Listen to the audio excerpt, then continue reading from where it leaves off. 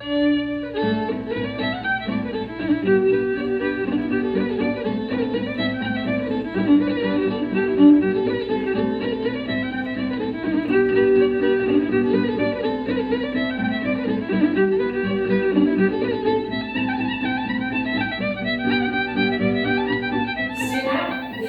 a clinical nutritionist with over 15 years experience working with functional medicine in the States and in Europe.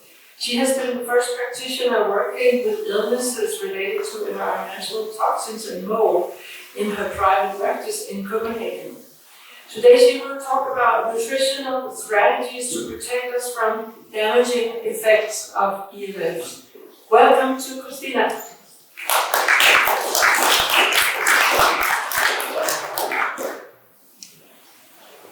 Yes, so we are, like Charlotte said, we're going to talk about how we can protect ourselves from wireless technology, because wireless technology is probably not going anywhere, although we certainly hope that there are going to be some legislation in place that change the intensity that we're exposed to today.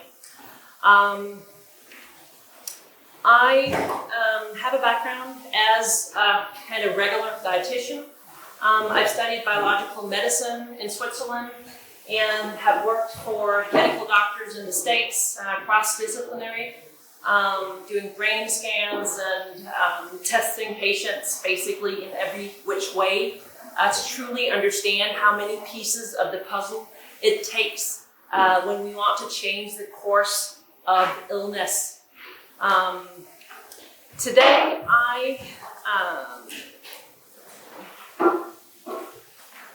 have a private practice in Copenhagen where I work cross-disciplinary with some American doctors. We do thermography screening, which I'll also explain later, how we can use this tool to detect early how some of the things we are using in our everyday life is affecting our body, and we're able to screen early signs of inflammation before we can see it elsewhere. So I'm very much interested in both when we get sick, truly understanding what is causing it and changing that story, but even more importantly is we need to get better at understanding how do we actually prevent disease from manifesting, because way too many of us wait till we get sick, and so many changes in our DNA has already taken place at that point in time that healing often becomes time-consuming and costly.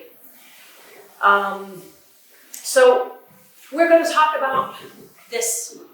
And what is this? Well, this is the time period where we saw that people began to call in sick at an exponential high rate.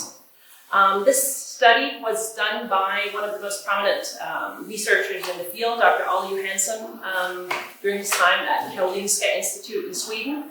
And what you're seeing is a significant increase in people suddenly experiencing sickness at work, calling in sick. And he correlated this in the study with cell phone use. That was what they were. That was their conclusion, what was causing this significant increase. Now, obviously, we all know that correlation does not equal causation, but we have plenty of other research supporting the notion that our cell phone use, and not just our cell phone use, but other wireless technology has had a detrimental impact on our health. And this also manifests in the following symptoms that have reached epidemic proportions since the 1990s. And this is way beyond that anything that can be explained simply by population increase or something of that nature. This is significant and it's very troubling. We're seeing things like, especially neurological issues on the rise. Almost everyone knows someone who has ADHD, autism, bipolar disease. We're also seeing things like celiac, gut disorders on the rise, diseases related to pain, chronic fatigue, depression, so many weird, and sometimes we call these chronic illnesses. And please keep in mind that chronic is, I really don't like that term because it really just means that we're very bad in treating these conditions. It absolutely does not mean they have to be chronic. And I also have to say that if we have been sick for a long time, it can sometimes be difficult to think that there is a way out of our disease. But it is very important that we understand that we are not a disease. We are having some issues, and we might not fully have figured out how to solve them yet, but we need to keep an open mind, stay curious, and also understand that just because science has reached this far right now, it doesn't mean that new things will not be possible in the future. And also, as of today, we have a lot of knowledge of how stuff like environmental toxins, mold, heavy metals, in-house elevated radon levels, in combination with this wireless technology, is causing most of our illnesses today. And this is just to say that we don't want to create an identity out of these diseases. We want to see it as things that we're struggling with temporarily, but that there is always hope and there is always a way out, even though it can sometimes take some time. And also just to remember that most of our diseases are not due to genes. Very, very few diseases are due to genes. When we see obesity or other issues run in family, we need to remember that they're living in the same environment very often. They have the same lifestyle. And also when it comes to things like cancer, fertility issues, low sperm count, they are often exposed to the same environmental toxins. And they have also had prenatal exposure to some of these things, also partly explaining why we're seeing more kids being born sick into this world, where we're thinking, well, they weren't born with a cell phone in hand, or they weren't born with junk food habits. Well, some of them actually were, because it's the prenatal exposure that we're now learning plays a big impact. So again, control what we can, and then accept the things we can't change. But there are a lot of things we can control, as of 95% is due to environment and lifestyle. And this also is interesting when it comes to autism, as this is thought to be 50% genetics and 50% environment. Keep in mind that autism, we're going to come into that later, but when we're talking about genetics, a lot of it has to do with the moms and dads' toxic load that they're giving off to the offspring. Again, something that we can control when we become knowledgeable about it, that we as parents, we have a responsibility before we put kids into the world, because we will affect how they thrive if we're not taking care of ourselves. And of course, this is not that we should have any bad conscience about it. That's not it. But so many of us, we just put blinders on, and we don't want to take, we don't want to own our actions, and we don't want to admit that our bad habits, they have consequences, not just for ourselves, but our offspring. So we just want to kind of stay curious, keep an open mind. But what happened in the 1980s, we've already seen that a lot of disease in the 1990s really started to accumulate and skyrocket.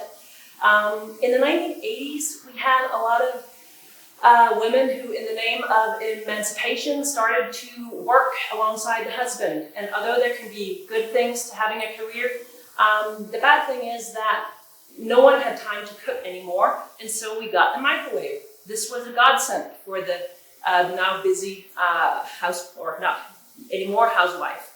The microwave, however, emits high levels of EMFs, and she began to stand in front of the microwave when she was pregnant also. So we're seeing a prenatal exposure to a high level of EMFs already happening in the 80s. And again, we might think, is this just a casual correlation, or is this actual causation?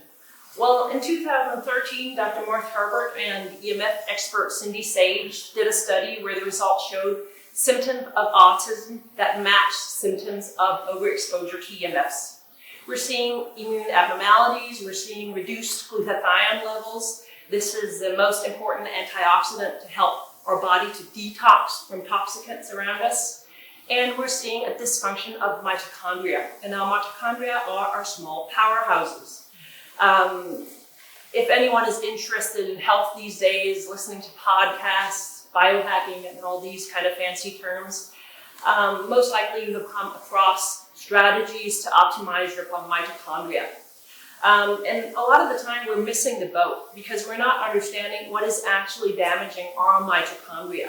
Instead, we're focusing on extreme diet hacks that supposedly are meant to optimize mitochondria function. But fact of the matter is, it's not going to matter a lot, all of these kind of hacks and overcompensating with nutrition, if you're damaging big time your mitochondria. You need to take the trash out of the body before you begin to paint it and take in the nice furniture. But most of us, we do not understand what is the trash in our body. And it's environmental toxins, it's heavy metals, it's mold that are damaging the mitochondria, and also EMFs. And these work synergistically. Another prominent researcher in the field, Dr. Martin Paul, explains how he feels when he's exposed to EMFs. He can't sleep, he's tired all the time, depressed, headaches, can't concentrate, and he feels anxious.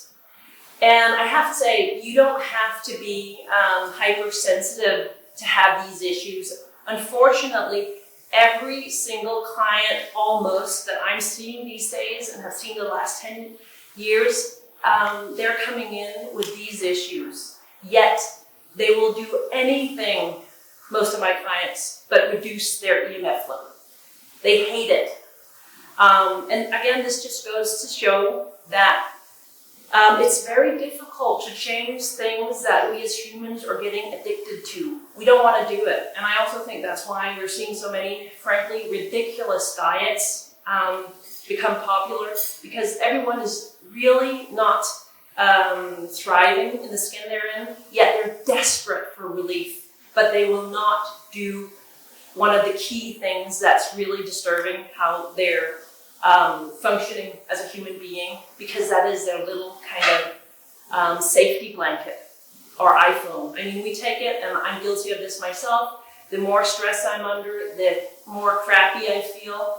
I don't want to do drugs. I don't want to do anything self-destructive. After all, I work in the health industry, but I do find myself as well mindlessly scrolling on my iPhone.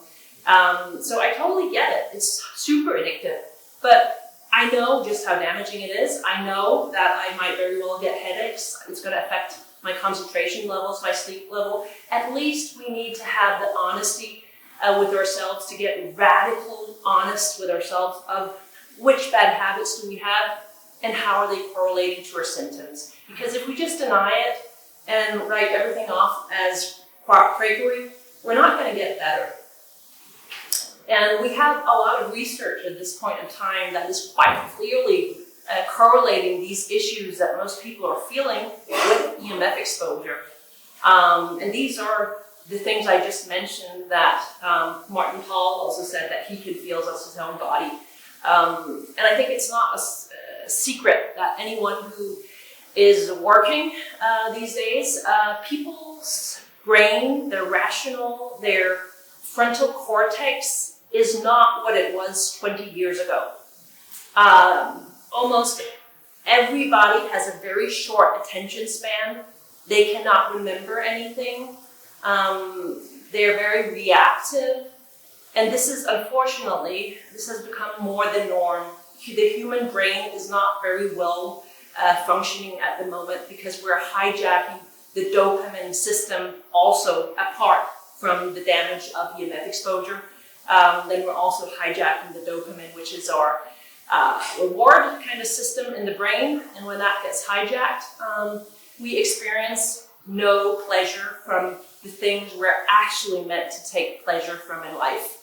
And that is also a big problem because it also disconnects us from other humans because we're not able to feel connection to things that we should derive pleasure from normally. And I mean, it's epidemic.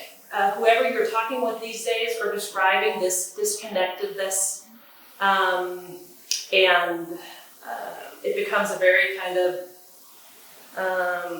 narcissistic focus also, instead of connecting with other humans and remaining curious instead. Anyway, other serious issues that we're also seeing on the rise, seemingly connected to EMF, becomes resistance to antibiotics. Again, we're keeping our phone very close to our gut, and it is affecting our digestive system. And we're seeing, again, development of autism. Just think that the mother, this is the first generation. When I grew up, I'm going to date myself here, but when I grew up, I didn't have a smartphone till somewhere in my early 20s, I think.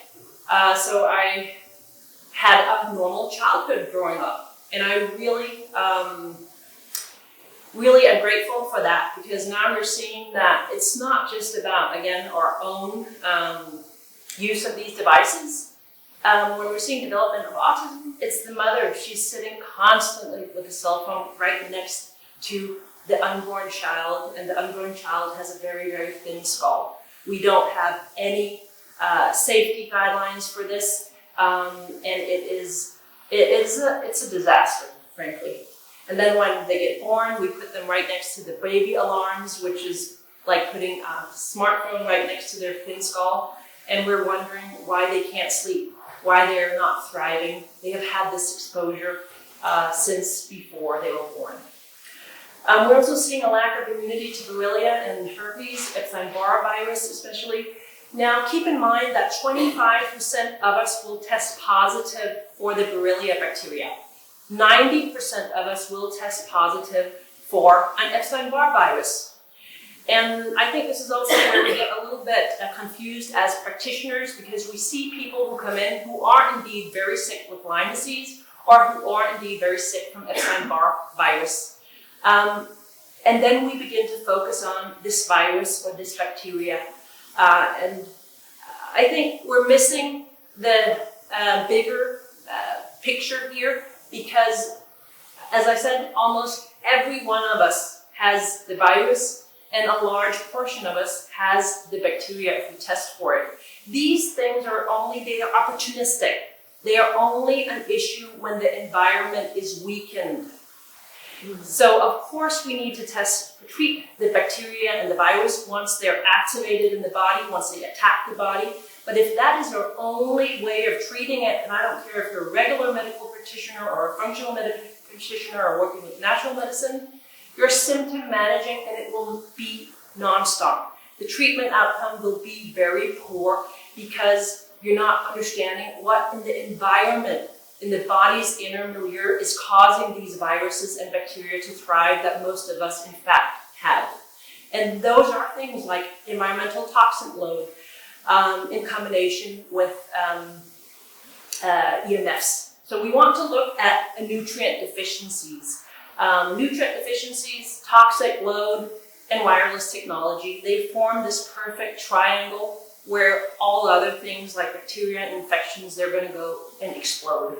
So we really want to understand what's causing it versus what is a trickle-down effect, or what are opportunistic things that are taking place in the body. And these are just some studies I pulled up that shows how just having a phone close to these viruses, Epstein-Barr, is causing an overexpression of them. So no doubt that just wireless technology alone is aggravating these viruses. And then when we also have environmental toxins, we really have the perfect triangle for disease happening. Keep in mind that almost every cancer disease has Epstein-Barr virus activity as well. Epstein-Barr is very damaging. Once it becomes active in our body, it's not just about a cold sore or the herpes. It can attack our inner organs, it can attack the brain, and it is related to the majority of cancers. So it's definitely something we want to consider, but we more want to consider what is the environment where this virus will thrive, because most of us are carriers. So this I'm going to pass over quickly. I'm assuming most of you know that there are both man-made and human EMFs, and what we want to avoid is the man-made. And EMFs are not just EMFs, they have different wave structures, and one wave structure which we find in nature coming from the earth is very beneficial to the human body. The man-made wave structure is damaging to the body. It's kind of like saying that all music is the same. We know that that is not the case. If we want to go to bed at night and sleep, we do not put on heavy metal music. We put on classical music or jazz to soothe our nervous system. And the same goes with these EMFs. They are created differently, and they are affecting us quite fundamentally, simply because every being is an electric being. Our heart is electric, our brain is electric, and this requires that we get a better understanding of energy medicine. As of now, we don't have a very good kind of structure of what is scientifically valid energy medicine and what is not so valid. We're also seeing a lot of charlatans in the field exploiting that people are sensitive to some of these EMFs, and that unfortunately does make it very difficult to push the fact that energy medicine is very important. We need more research on the matter because it's probably it's the fundament of how we function as human beings. We are electric, and when we understand that and can match that with the intervention, that will create a huge change in also how well we as practitioners are able to work with natural medicine and more kind of fundamental aspects of it. But basically, this is going to take some time, and that is because we have a thinking problem in medicine. Not surprisingly, we don't want to accept things we don't know. And that means that it takes a long time for new models of thinking to be accepted. So we're always going to see this push for new paradigms, first being ridiculed and being said that there is no evidence to support this, or there's no evidence that X, Y, and Z is harmful.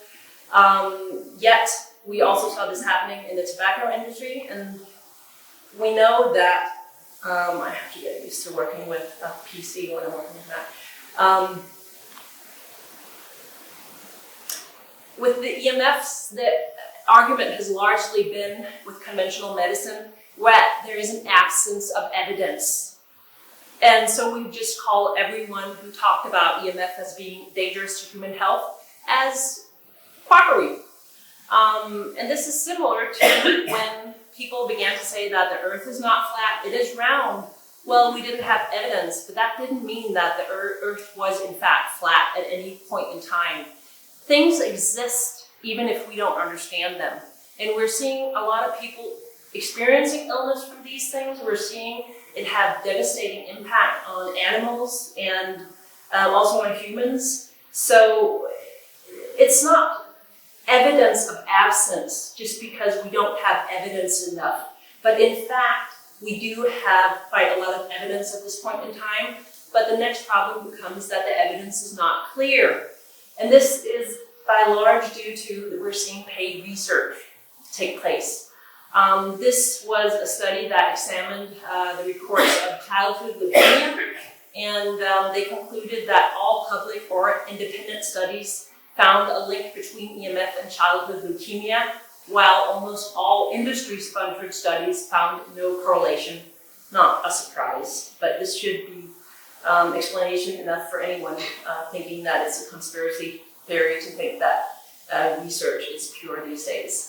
We also had George Paulo in 2007. He came out and quite surprisingly, as he received $27 million for industry-sponsored studies from the late 90s to 2000, he came out and bluntly stated that the industry strategy had indeed been to fund low-risk studies that ensured a positive outcome, meaning they would make a study where they looked at, was it dangerous to talk on a cell phone for 15 minutes a day for 6 months? No, no one got sick. The conclusion would be cell phones are completely safe. There's no link to any disease. This is unfortunately not how most of us live our life. In fact, maybe not you in here, but most people, we're exposed to a high EMF load 24/7 because we're with our phones all the time. We're sleeping next to it, and we are not conscious of that we're also exposed to quite a high EMF load even when we're not using it because it is sending off this signal. So we're under completely different circumstances than how these studies have been made up. And we're also seeing that Karolinska Institute has been out and recommended that there be made a claim from WHO, who is responsible for the safety guidelines, that there may be a conflict of interest, as 5 out of 6 of their members responsible for the EMF public guidelines have tied to the IC and IRP, and this is an International Commission of Non-Ionizing Radiation Protecting, with ties to both the military and industry. However, they have not made any such claim. So where there's a big money train, there's also going to be vested interest. This is not a surprise. We just kind of need to use our own common sense, and we can't just blindly rely on authorities to take care of our health. Most of you already know that there's a warning inside your phone that says do not carry it close to your body, yet everyone does this, and yet if we don't do that, or if we talk about this to our friends and family, most will just not nod your head. They will just look at you in disbelief. But even the manufacturers of our phone, they are well aware that this is not a device that should be close to your body. When we do an EMF scan, or we do a thermography scan, we can see how this affects the brain after just 15 minutes. The red pattern is heat, elevated inflammation. And while short-term inflammation is not a problem, we're seeing this also with exercise. That can be a good thing. I'm not saying inflammation short-term is bad, but the problem again is we're not talking in an iPhone just for a short period of time. We are exposed to this constant, and that means we get a constant elevated level of inflammation in the body, and that does become a problem. And also keeping in mind that most of the safety guidelines are made for a grown adult. In fact, a grown adult that weighs 200 pounds and is over 6'5" tall and has a very thick skull. I don't know even if anyone in here is that size of a man, but it's so ridiculous when you look into how these safety guidelines are made, because they are made to not take into account how we actually respond, and certainly not the small thin skull of a kid. As you can see, the red pattern from being exposed to a cell phone is much more prominent, and we don't even know what it looks like prenatally yet. This is one of my clients that came in for a thermography scan, and she had this very distinct, suspicious, elevated heat pattern over her left breast tissue. And this is also, again, why it's so important to get tested, because we don't know what we don't know until we get sick. And most people who get stuff like cancer, they always feel like, I got it out of the blue. But I can assure you, if you test early for environmental toxins and look at their inflammation patterns in the body, they did not get this disease out of the blue. They were just lucky, in quote unquote, that they might not have genes related to other type of gut diseases, so they caught it early. But cancer takes 10 years and more to develop. So this is a slow disease, and until it fully manifests as a solid tumor, we have a good chance of reversing the course. But when you can measure a solid tumor, you're already late in the game. But I asked her what was going on with her left breast here, because this was kind of a suspicious wet area in the one side, and she said, "Oh, this is where I carry my cell phone." So she carries her cell phone in her left bra pocket. However, I always do an EMF screening on my clients. We look at how close they are to cell towers. We look at their actual levels in their home environment with an acoustimeter tool, as this is key for the other things I do to have an impact. And she just removed the phone out of her bra pocket, and already within 3 months, this inflammation pattern has dissolved. So you can change a lot of things very quickly when you intervene early. And we're also seeing that most of these things are not even related to the inflammation impact in the body, but it is coming from DNA damage. Now we know that ionizing radiation causes direct DNA damage. The thing with the non-ionizing radiation is that it creates indirect DNA damage, and this is why we're arguing so much in the literature, because this happens by it producing peroxynitrate carbonyls, these free radicals. And this also becomes the key thing to intervene on when we want to protect ourselves from the EMF that we can't change to a certain degree. My point of view is that we should have as low as possible an EMF load in our house, and then make our body as resilient, as healthy as it can be. And we want to get tested to know what's wrong with our body, both nutrition deficiencies, metals, and environmental toxins, so we can treat it accordingly. And then we have quite a good chance of being able to be out and function like a normal human being in supermarkets and elsewhere. But we often become hypersensitive because our body is completely loaded up with things that are working together to upset our nervous system. So we want to bring that load down, and then we want to see, okay, how much stressors can I handle? Because the goal is not to completely nurse a very sick body forever. It is to make our body more resilient to more acceptable level of everyday stressors where we can in fact function in society. And this is another study that pulled up explaining how EMFs were associated with damaging the mitochondria and the DNA damage, where they concluded when they looked at illness in kids that, again, it didn't seem to be the kid's exposure to EMF, it seemed to be the dad's exposure. Now, we're very much aware that the mother has a big impact on the health of the child, but now we're also seeing that it matters, did your dad carry his cell phone in the packet before you were conceived all the time? And again, we just want to be aware of how our habits is going to affect others that we bring into this world, because facts don't care about our feelings. Even if we don't like to hear it, it's happening. Another thing that we want to understand is that this is one of the core issues many of us are dealing with when we feel sick from EMF, is that it affects the calcium levels inside our cells. We're seeing intercellular calcium levels also linked to autism.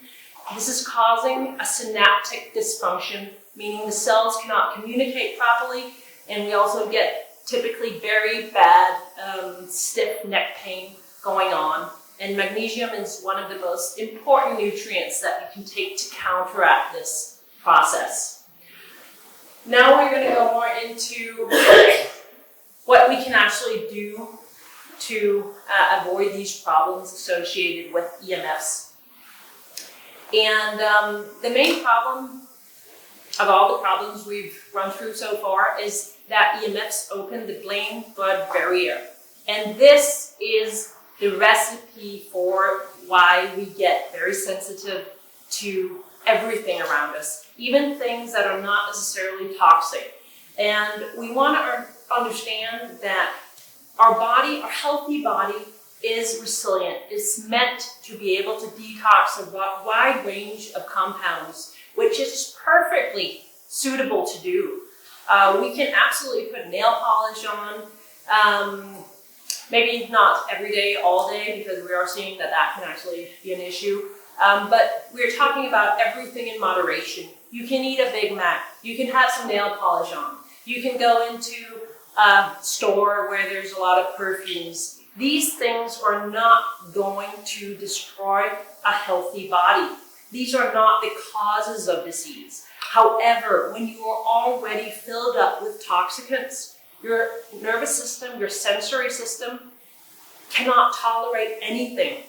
I can also speak for myself. When I was sick from mold and was under high EMF, unbeknownst to me at the time, there was nothing worse than going into some of these perfume stores. I would absolutely feel nauseated.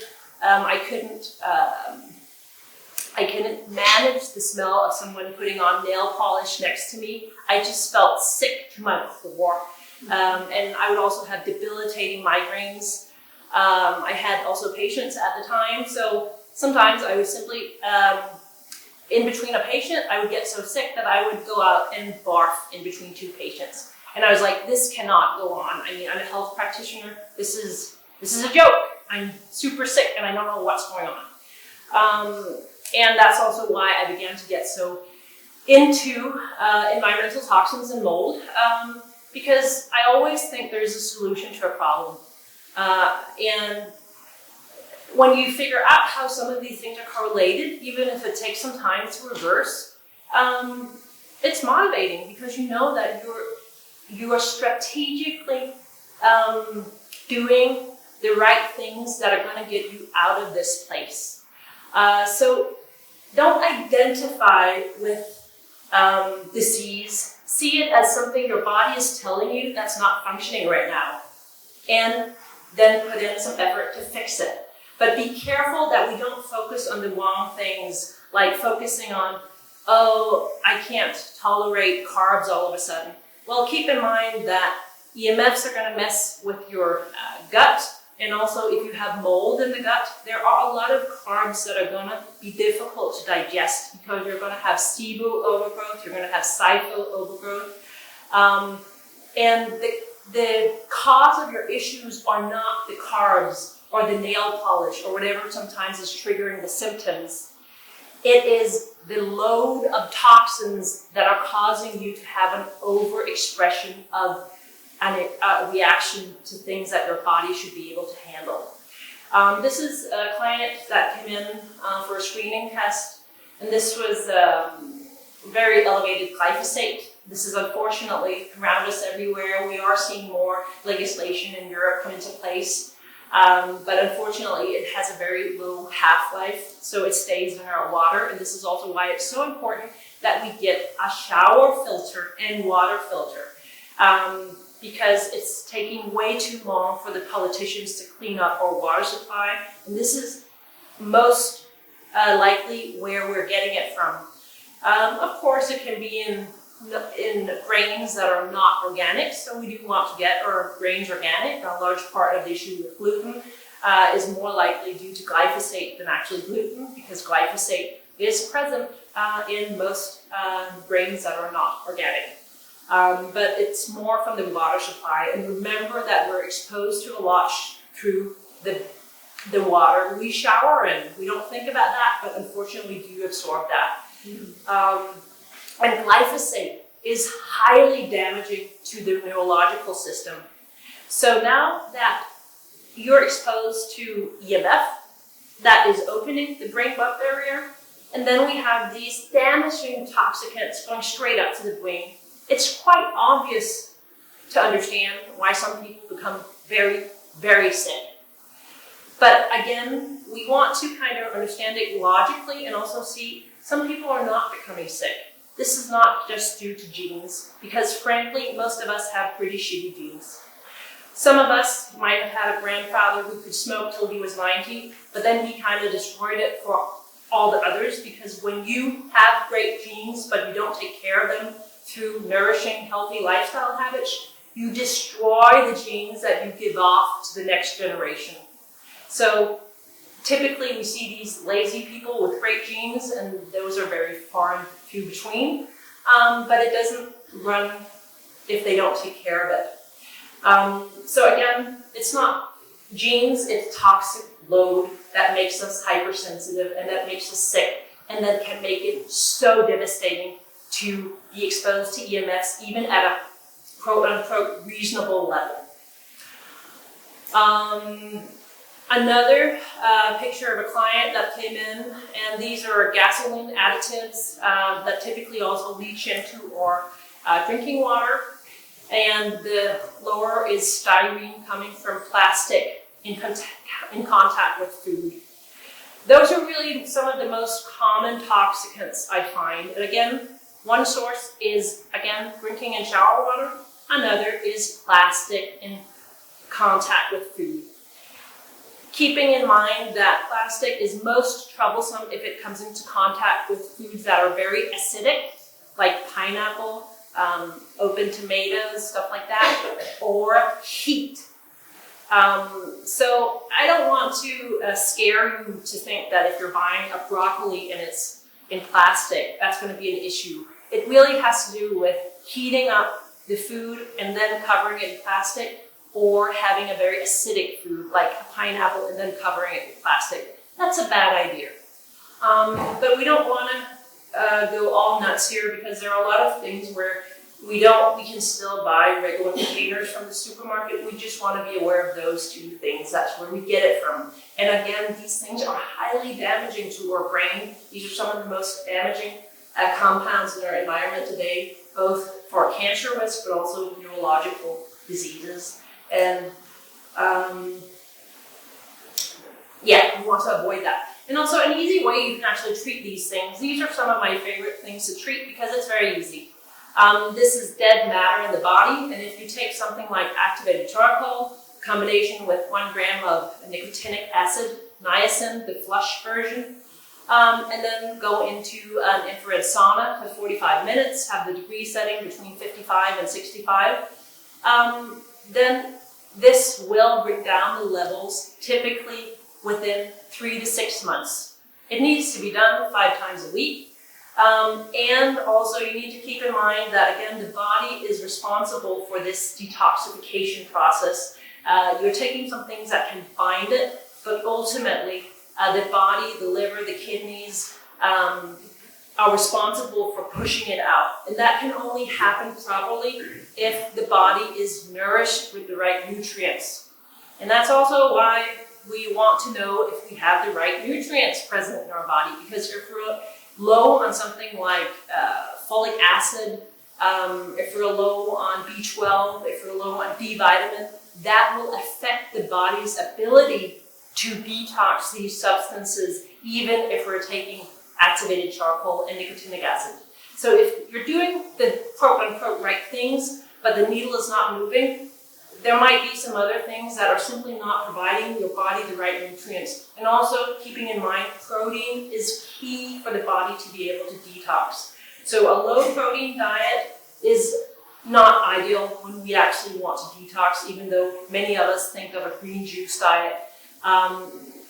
If we're lacking just 1 amino acid, our body cannot detox. Activated charcoal. It's a supplement. It's activated charcoal. It is not the charcoal you're eating an activated charcoal. It's not a carcinogen. You're thinking of kind of just eating charcoal from the fireplace, I think. Or anything that burns. Yeah, anything, acrylamide. The activated charcoal we buy as a supplement does not contain acrylamide. But you'd be very right if we're talking about kind of things that are burnt. It contains acrylamide. And just to if you think, how can that be? It kind of sounds like the same substance.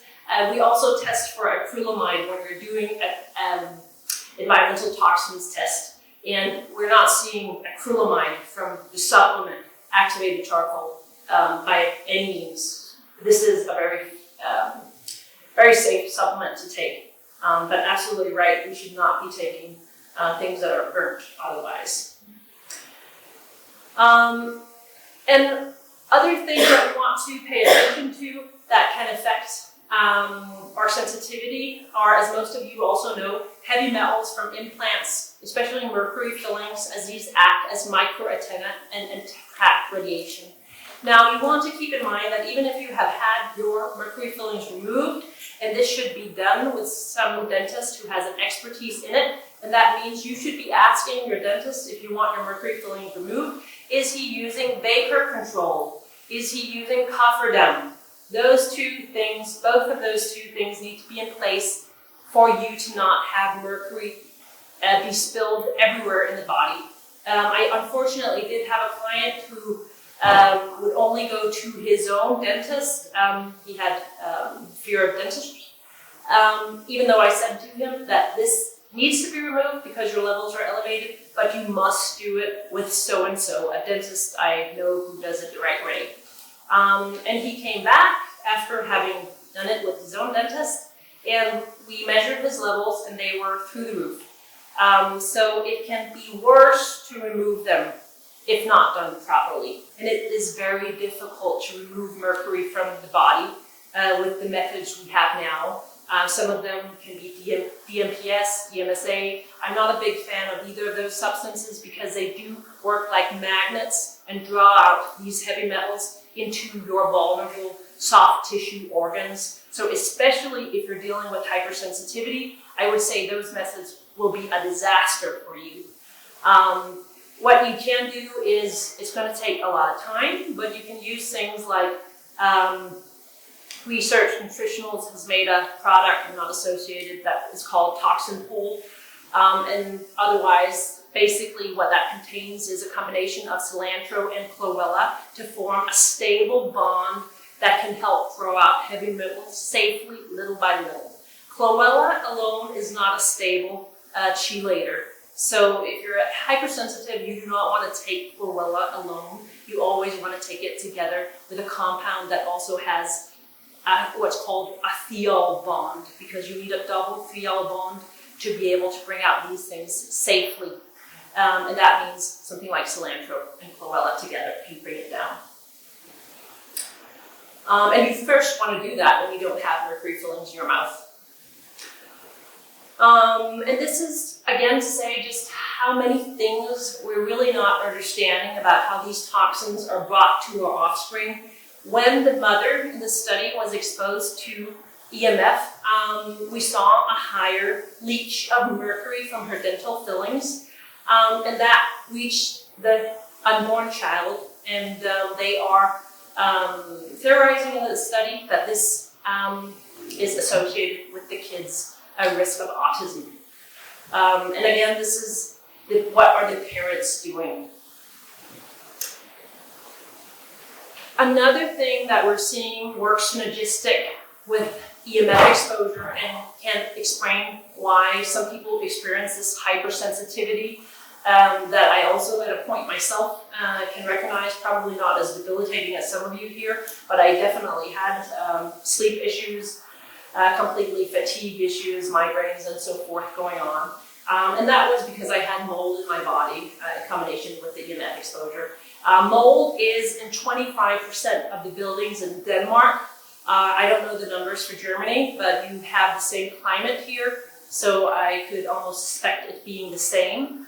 So there's a big risk that we have been exposed at some point in our lifetime to mold, and it does not just leave the body. That is a problem. Mold is also more difficult to treat than the other environmental toxins like pesticides and chemicals because mold is a living matter. It colonizes our gut, it colonizes our sinuses, and then it just stays there and produces these mycotoxins that are highly carcinogenic and also completely disrupts our entire gut, and they create these gut disorders that so many come in with, often diagnosed as SIBO or SIFO, and then we get told that we need to follow this low-carb diet. And it's completely nonsense. It's never going to treat the cause, because the cause is in fact mold, and you cannot starve out mold. Mold does not live on carbs or any of that sort. Mold needs to be treated, eliminated, and out of the body. And actually, the liver needs carbs to detox properly. So I'm not a proponent of any of these extreme diets, whether it's keto, carnivore, or low-fat vegan, because there are problems with each of these diets when done long-term.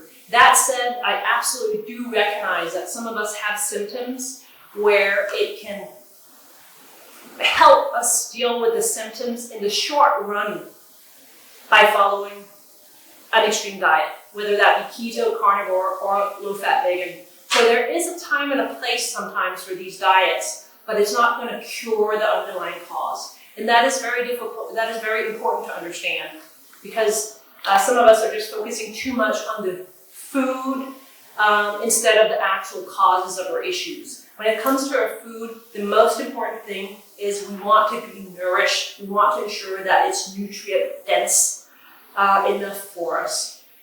And with Dr. Pillinghart, he saw that when the petri dish with mold was close to a smartphone, it increased the mycotoxin production by 500%. So we begin to understand how people affected with mold can begin to feel like they're going crazy when they're also impacted by cell phone exposure. How do you treat mold? Yeah, mold is more difficult to treat. And it's also because different toxins react to different substances. But basically, if we're going to take it generally, mold, you need to treat the biofilm, because mold is a living matter, and the longer it has been in your body, it produces biofilm to protect you from it, basically. Or your body produces biofilm to protect you from it. That just also makes it difficult to treat with regular antifungals. So that means we need to break down the biofilm with specific enzymes, and then we want to kill off the mold afterwards with antifungals. Sometimes we use conventional medicine.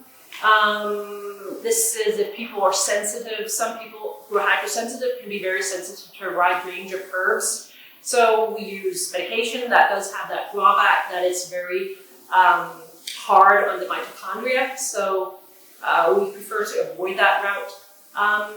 Herbs that we use will depend on the type of molds in the body. So this is something we need to get tested for.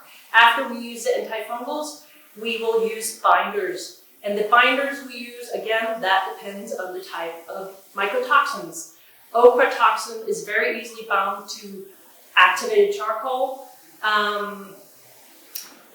Aflatoxin is very easily bound to bentonite clay. And with gliadine, we need to use, we want to use gliotoxin. I am blanking out on gliotoxin right now. We're using this this bacteria, and I'm blanking out on it. But the deal is we're using different substances depending on the type of substances that we find through testing. These are some general recommendations that we advise to minimize EMF exposure in your life. I think most of you already know these recommendations, so I'm not going to go over each and every one. You can see them, take a picture if you want. But the most important thing to be aware of is that if we do in fact shield ourselves from the man-made EMFs, we want to shield ourselves from the healthy, beneficial ones from the earth as well. Or we want to be aware that we are shielding ourselves from the healthy, beneficial ones from the earth if we're painting our floor with this carbonate paint. And we have shown from studies at this point that the healthy EMFs from the earth is absolutely pivotal for us to have healthy restorative sleep. Most of us will only have this problem if we're using this carbon paint to shield our apartment floors from the lower neighbor. Usually we will only do it on the walls and on the ceiling because it's coming from a cell tower outside usually when we do that. But again, there are many ways to navigate and live in a society where we can take precautionary measures like painting our bedroom with this carbon paint to create a safe haven where we sleep. But we want to use an earthing mat if we're painting the floors, and that is the solution. Now, some of the most important remedies to just generally protect ourselves that everyone can almost safely take are things that have a protective effect from this creation of free radicals that I mentioned earlier. These are going to be substances like C vitamin. They are going to be substances like B3 vitamin, like E vitamin. And preferably, I would always get my vitamins in a food state source. I'm not going to go into details about the difference between synthetic and natural vitamins. But there is more and more research explaining that natural vitamins are not the same as synthetic vitamins. So I would only personally take like synthetic vitamin C when I have an infection. And some of you might have some things that are affecting your body to have a high risk of infection, and so you might be taking this synthetic C vitamin long term. So there are always going to be cases where you're doing something because there are some underlying factors. But basically, we're seeing research also with cancer and stuff, not looking always great with vitamin use, but they're not differentiating between natural and synthetic vitamins. And I believe that is one of the biggest things to good outcome with the vitamins or bad outcome. Magnesium in the form of glucinate or threonate are some of the best forms to protect us from this calcium buildup in the cells. Zinc is one of the most important things we can do to protect the brain from degrading fat lies. We're seeing that the EMF is causing a degrading of fat tissue from the brain, leading to all sorts of issues with our neurological health. So zinc is very important, but I have to say with zinc, it can also become toxic. I'm seeing more females than men who have low zinc issues. So it's difficult just to take it because you don't want to take it if you're not lacking it. Magnesium, on the other hand, everybody is on the lower scale of it. So everyone should really take some magnesium, and the vitamins in a food state source is completely safe to take. Magnesium, glucinate, or threonate, was that the question?